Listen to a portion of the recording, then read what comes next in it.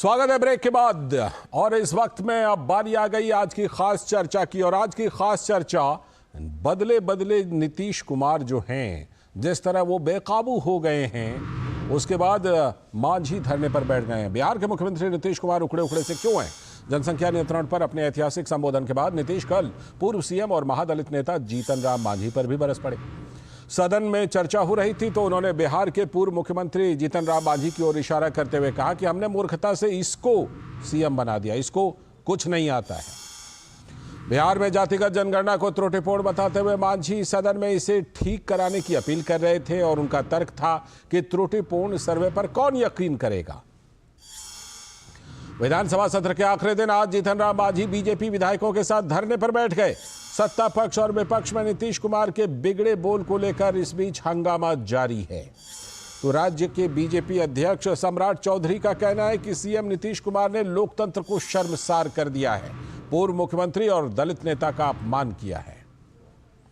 जीतन राम मांझी कहते हैं कि नीतीश कुमार का संस्कार गिर गया है। मैं उनसे पहले से सार्वजनिक जीवन में हूं, विधायक रहा हूं, मंत्री रहा हूं। उनके अशोभनीय बोल अमर्यादित हैं। जातिगत जनगणना का दांव चलकर नीतीश कुमार ने आरजेडी और कांग्रेस का विश्वास हासिल करने की कोशिश की थी, लेकिन महिलाओं के खिलाफ उनकी अभद्र टिप्पणी पर गठबंधन डिफेंसिव है, रक्षात्मक है। जातिगत जनगणना को लेकर मची होड़ के बीच नीतीश अपने को पिछड़ों का मसीहा साबित करना चाहते थे और शायद इसीलिए हड़बड़ी में नीतीश कुमार ने जातिगत जनगणना की रिपोर्ट को सार्वजनिक भी कर दी और जल्दबाजी में आरक्षण बिल भी लेकर आ गए। जबकि नीतीश कुमार को इस बात का पता है कि आरक्षण का कानून 75% आरक्षण का कानून सुप्रीम कोर्ट में नहीं टिकेगा, लेकिन उन्होंने कोटा के अंदर कोटा देने के बजाय जितनी आबादी उतना हक का कार्ड खेल दिया है। बीजेपी नेता विजय सिन्हा का आरोप है कि एक दलित के अपमान के बावजूद आरजेडी के लोग सदन में गुंडागर्दी का वातावरण बना रहे हैं। तेजस्वी बेचैन हैं कि नीतीश जल्दी से जल्दी डिरेल हो जाए। तो अपने सुशासन बाबू का इमेज लेकर नीतीश राष्ट्रीय राजनीति में सिक्का आजमा रहे थे, लेकिन पहले महिला और फिर अब महादलित नेता के खिलाफ अपशब्द उन्हें आज हाशिए पर ले आया है। तो आइए सुनते हैं कि मुख्यमंत्री नीतीश कुमार ने जीतन राम मांझी को लेकर अपने विवादित बयान में विधानसभा के अंदर क्या कुछ कहा है। मेरी गलती है कि इस आदमी को हमने बना दिया था मुख्यमंत्री। नहीं ठीक है, कोई सेंस नहीं है इसको, ऐसे ही बोलते रहता है, कोई मतलब नहीं है। हो गया। हम कह रहे थे कि आप ही लोगों के साथ रहिए। अध्यक्ष महोदय भाग के चलाया था सात पार्टी में। अध्यक्ष महोदय अभी हम जान करके भगा दिए उधर, हम इसको बना दिए। इसके बाद जितना मेरी पार्टी का लोग था सब हमको 2 ही महीना में कहने लगा कि गड़बड़ है, इसको हटाइए। और अंत में हमको बाध्य किया, तो फिर हम बन गए थे। कहता रहता है कि ये भी मुख्यमंत्री थे। अरे क्या मुख्यमंत्री था? ये तो मेरी मूर्खता से मुख्यमंत्री बना। देखिए, नीतीश कुमार जी के ये शब्द जो हैं वो सदन के अंदर हैं। तो पूर्व मुख्यमंत्री जीतन राम मांझी की नीतीश कुमार के इस बयान पर क्या कुछ प्रतिक्रिया रही, उन्होंने क्या कहा, आइए सुन लेते हैं। हमको तो आश्चर्य हुआ कि वही नीतीश कुमार हैं जो पहले थे, आज से कुछ दिन पहले। आज लगता है कि वो दूसरे रूप में यहाँ परोसे गए, दूसरे रूप में आए।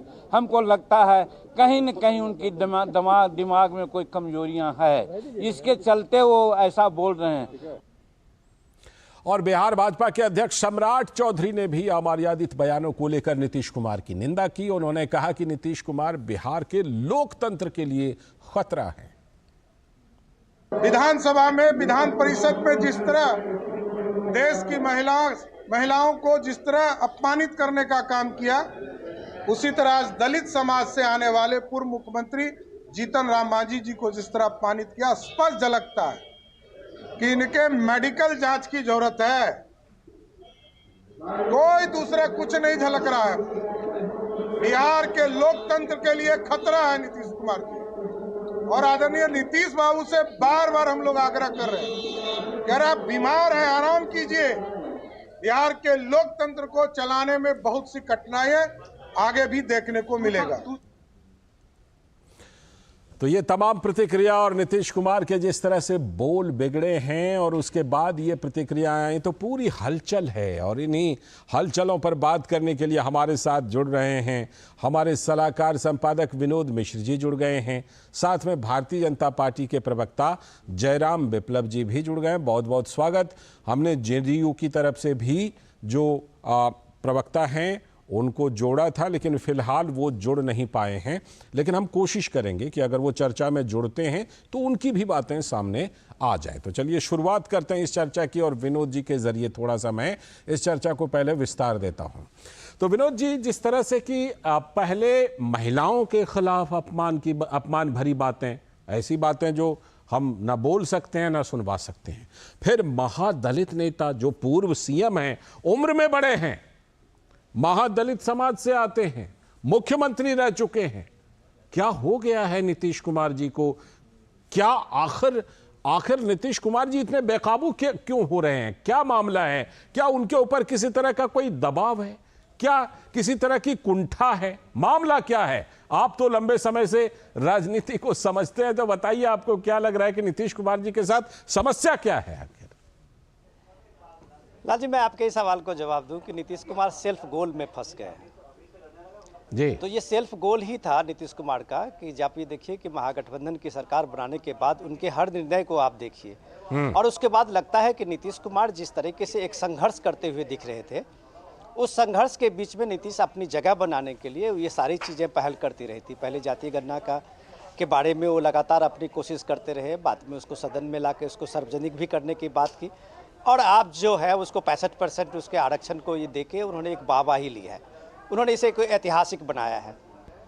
लेकिन सच में अगर आप देखिए कि 30-40 साल का उनका एक सार्वजनिक जीवन रहा है और सार्वजनिक जीवन के साथ ही जो उनका एक सुशासन बाबू की छवि रही है, तो इंडिया गठबंधन में जो एक तरह से वो पीएम मटेरियल के रूप में जाने जाते थे, कल के 2 दिन के जो विधानसभा सेशन में और उनका जिस तरह का व्यवहार रहा है और जिस तरह से उनका वक्तव्य रहा है, क्या अब इंडिया गठबंधन उनको पीएम मटेरियल मानेगा? ये सवाल सबसे बड़ा इसलिए है ये लाल जी कि अगर नीतीश कुमार के सुशासन और नीतीश कुमार के लेके जो एक तरह से आप कहें कि गठबंधन को चलाने का जो उनका एक्सपीरियंस है, जो कि वो बार बार बता रहे थे, तो आज क्या नीतीश कुमार को लेके इंडिया गठबंधन सहज हो पाएंगे? कि अगर वो बताएंगे कि नीतीश कुमार इस पार्टी के गठबंधन के कन्वेनर हैं, तो उनको ये जरूर रहेगा कि इस देश के आधी आबादी एक बार नीतीश कुमार के उस बयान को जरूर याद करेगी। बिल्कुल। और उस समय में नीतीश कुमार के पास में उसका कोई जवाब नहीं होगा। ये बात अलग है कि आज जो इंडिया गठबंधन में ये भी सहमत की बात है कि उनकी जाति गणना और जाति सर्वेक्षण को लेके अलग अलग दावे हो रहे हैं। कांग्रेस पार्टी ने सबसे ज्यादा मुखर रूप से इसको अपना एजेंडा बनाया है। आरजेडी अभी नीतीश कुमार को लेकर डिफेंसिव में है। जो कल एक दलित नेता, आप कहिए महादलित के बिहार के बड़े नेता हैं जीतन राम मांझी, कैबिनेट मिनिस्टर रहे हैं कई बार, आप कह सकते हैं 84 से वो एमएलए रहे हैं, और उनके बारे में जिस तरह से विधानसभा में नीतीश जी ने एक तरह से वक्तव्य दिया और जिस तरह से रिएक्शन दिया, एक्चुअली उनका वो टाइम भी नहीं था।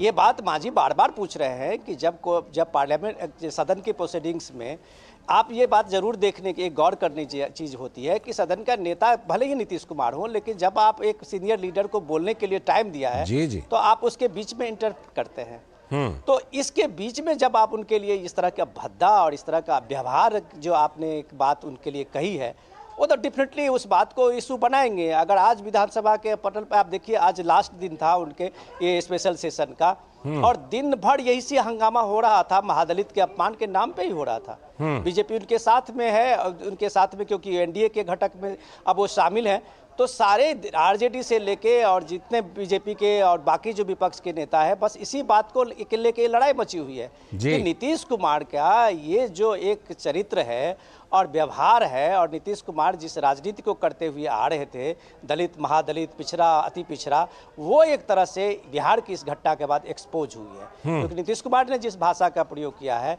शायद अभी कोई सभ्य समाज में इस तरह एक सीनियर लोगों के, एक सीनियर सिटीजन आप ना कह सकते हैं, एक फॉर्मर चीफ मिनिस्टर के लिए, एक फॉर्मर कैबिनेट मिनिस्टर के लिए ऐसे भद्दा और इस तरह का व्यवहारिक जो भाषा है, उसको तो कम से कम सदन में नहीं कर सकता। बिल्कुल बिल्कुल, आप एकदम सही कह रहे हैं। और नीतीश कुमार जी अगर यहाँ पर होते तो हम जरूर उनसे कहते कि आप तो ऐसे ना थे, वाकई नीतीश कुमार एक जिसे कहते हैं ना कि बड़े ही सौम्य छवि वाले नेता रहे, लेकिन पता नहीं क्या हो गया। जयराम जी, जब तक आपके साथ थे तब तक तो ठीक ही थे नीतीश कुमार। अब देखते हैं कि नीतीश कुमार लगातार एक के बाद एक, कभी चीजों को भूलने की बात, तो कभी इस तरह के बेकाबू हो जाते हैं, कभी महिलाओं पर, कभी महादलित पर। आखिर क्या हो गया है नीतीश जी को आपसे बिछड़ने के बाद? जयराम जी देखिए, सार्वजनिक तौर पर एक महादलित नेता, बुजुर्ग नेता, पूर्व मुख्यमंत्री और महिलाओं के प्रति इस प्रकार अपमानजनक भाषा और शब्द व्यवहार और साथ ही लोकतंत्र में हम बनाए, मैंने बनाया, इसका अहंकार, ये साफ दर्शाता है कि किसी न किसी प्रकार का नशा है या बीमारी है। अब वो नशा और बीमारी क्या है वो मैं बताता हूँ। देखिए, पूरा घमंडिया गठबंधन इस पोजीशन में आकर खड़ा हो गया है और इस बीमारी में, कुर्सी की बीमारी बड़ी ही खतरनाक है। इसमें घबराहट भी बढ़ती है, डर भी बढ़ जाता है, बेचैनी भी बढ़ जाती है और परिणाम स्वरूप क्रोध और झुंझलाहट साफ दिखता है। हम सब ने देखा, जनता ने देखा कैसे अभी विधानसभा के चुनाव चल रहे हैं और सपाई किस प्रकार से राहुल गांधी को पागल और मंदबुद्धि बताते हैं। राहुल गांधी और कांग्रेस पार्टी के तमाम नेता अखिलेश यादव को छुटभैया और पता नहीं कौन कौन से शब्दों से नवाज रहे हैं। ममता दीदी का आपा खोना तो हम सब जानते हैं।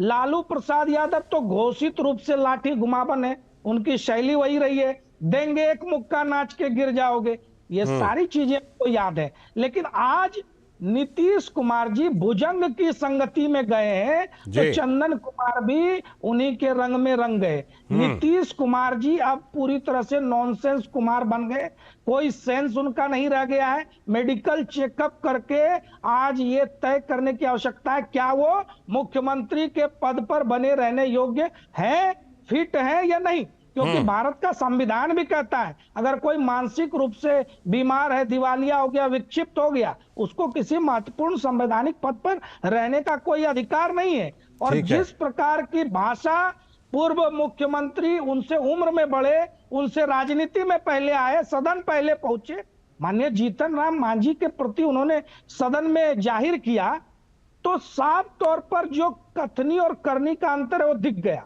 ये आरक्षण और रिजर्वेशन का दाव खेलते हैं, इनकी मंशा लोगों तक पहुंचाने की नहीं है, क्योंकि 33 वर्षों तक 50% आरक्षण था ना। ये लालू जी बड़का भैया, छोटका भैया, भौजी और भतीजा इसी के बीच में है। आखिर कब मिलेगा अति पिछड़ों को, दलितों को, महादलितों को अधिकार? जी, और क्या केवल इसका लाभ लेता रहेगा दो ही परिवार? ठीक। और साथ ही एक और महत्वपूर्ण बात मैं कह दूं, बोलिए। जब महिलाओं के प्रति जब वो अपमानजनक अभद्र भाषा का प्रयोग कर रहे थे, शब्द और भाव भंगिमा से गरिमा को तार तार कर रहे थे, बिल्कुल उसकी चौतरफा निंदा हुई है, तब उनके बगल में बैठे हुए मंत्री दांत चिहार रहे थे। और सबसे दुर्भाग्यपूर्ण है धृतराष्ट्र की भांति आसन पे बैठे हुए अध्यक्ष और सभापति आंखें मूंद कर बैठे थे। लौटता हूं आपके पास, उन पर थूक रही है। हाँ, इन सब चीजों पर अगर जेडीयू के प्रवक्ता जुड़ते तो जरूर जवाब देते। हम चर्चा को आगे बढ़ाएंगे, विनोद जी के पास जाएंगे, लेकिन फिलहाल वक्त है एक छोटे से ब्रेक का, और ब्रेक के बाद लौटकर फिर इस चर्चा को जारी रखेंगे। अलग हैं हम, ये रफ्तार नई है, ये रफ्तार सही है, ये जज्बा नया है, खुद ब खुद नया है। आयशर प्राइमर G3, जज्बा नया, जीत नई। स्वागत है ब्रेक के बाद फिर से इस चर्चा में। मैं विनोद जी का रुख करता हूं। विनोद जी, एक थ्योरी तो जयराम जी दे रहे हैं कि चलिए भाई, सत्ता का नशा है और लगता है कि कहीं ना कहीं फ्रस्ट्रेशन में है, कुंठा में है। एक थ्योरी पूर्व सांसद अरुण कुमार सिंह जी ने भी दी है। आज से करीब 3 हफ्ते पहले उन्होंने प्रेस कॉन्फ्रेंस किया था। सम्मानित सांसद रहे हैं वो मतलब जो जिसे कहते हैं बेस्ट पार्लियामेंटेरियन का भी अवार्ड उनको मिला था। तो उनका ये कहना था कि कहीं ना कहीं जेडीयू के अंदर ही कोई साजिश हो रही है। कहते कहते उन्होंने यहां तक कहा था ललन सिंह पर उंगली उठाते हुए कि शायद कोई स्लो पॉइजन का मामला है। क्या इस तरह की भी चर्चा है क्या बिहार में और बिहार की राजनीति में, विनोद जी? नहीं, अरुण बाबू तो जो बताए होंगे, आज तो जीतन राम मांझी खुद कह रहे थे इस बात को। लाल जी, आज जीतन राम मांझी वहाँ सदन में ही, अब वो जो स्पीकर के दरवाजे के बाहर वो धरना दे रहे थे, तो वो कह रहे थे कि मुझे ऐसी शंका है कि उनके खाने में कुछ मिलाया जा रहा है। ये बात अभी जेडीयू और बीजेपी के प्रवक्ता अपना आपस में निपटेंगे इस बात को लेके, हमें इस बात से कोई लेना देना नहीं है। मैं आपको एक टाइम लाइन पे इस चीजों को बताने की कोशिश कर रहा हूँ कि देखिए, जब से महागठबंधन की सरकार बनी है, नीतीश कुमार के लिए आरजेडी और जेडीयू में कितनी असहजता दिखी है, इसको थोड़ा सा समझने की जरूरत है। एक हफ्ता चीफ मिनिस्टर उनको बने हुए थे कि जगदानंद सिंह जो पार्टी के अध्यक्ष हैं, उनका एक बड़ा इंटरव्यू छपा था और जिसमें वो कह रहा था कि नीतीश कुमार बड़े लीडर हैं, अब वो देश में जाएंगे, देश में भ्रमण करेंगे, नरेंद्र मोदी को हराएंगे, अब वो इसमें राज्य की हवाला जो है, उसकी सत्ता जो है वो तेजस्वी को सौंप दे।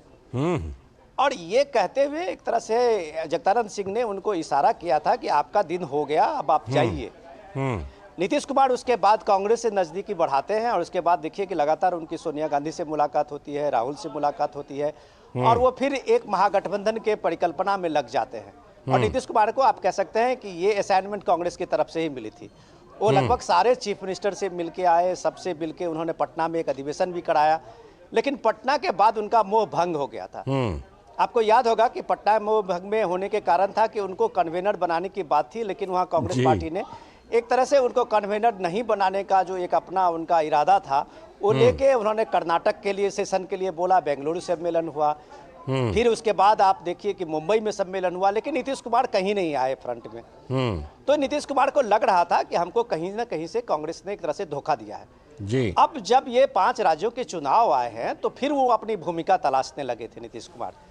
इसकी राजनीति को इसको हमें इस बात को समझने की जरूरत है कि 5 राज्यों के चुनाव के साथ में एक तरफ मंचों से राहुल गांधी किस तरह से जिसकी आबादी जितनी आबादी उतना हक का नारा लगाते हैं, तो दूसरी तरफ वहां बैठे हुए नीतीश कुमार सदन के अंदर में 4 मिनट के अंदर में 65% आरक्षण को लेकर सर्वसम्मति से फैसला लेते हैं। इसका मतलब क्या है लाल जी? ये सीधे सीधे समझना पड़ेगा कि ये देश में इस बात को ये बताने की जरूरत वो समझते हैं कि नरेंद्र मोदी के अभी मिशन 2024 को लेके ये एक बड़ा उनका एक तुरुप का पत्ता होगा विपक्ष का, और इसकी अगुवाई में अगर नीतीश कुमार ये कामयाब होते हैं तो शायद इंडिया गठबंधन में उनकी कोई अहमियत होगी। इसलिए 5 मिनट में इतने महत्वपूर्ण बिल पास करके उनको ऐतिहासिक नाम दिया था।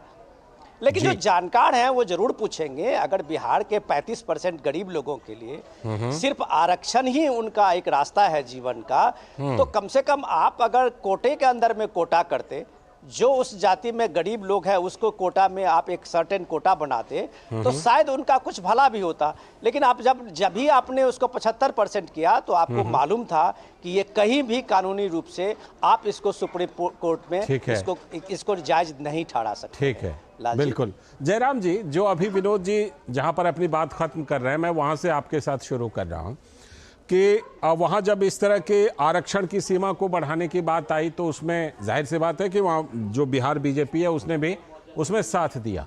लेकिन क्या आपको लगता है कि नीतीश कुमार ने इसको एक दांव के तौर पर खेला है जो कि आगे चल करके सुप्रीम कोर्ट में कहीं ना कहीं इस पर रोक लग जाएगी?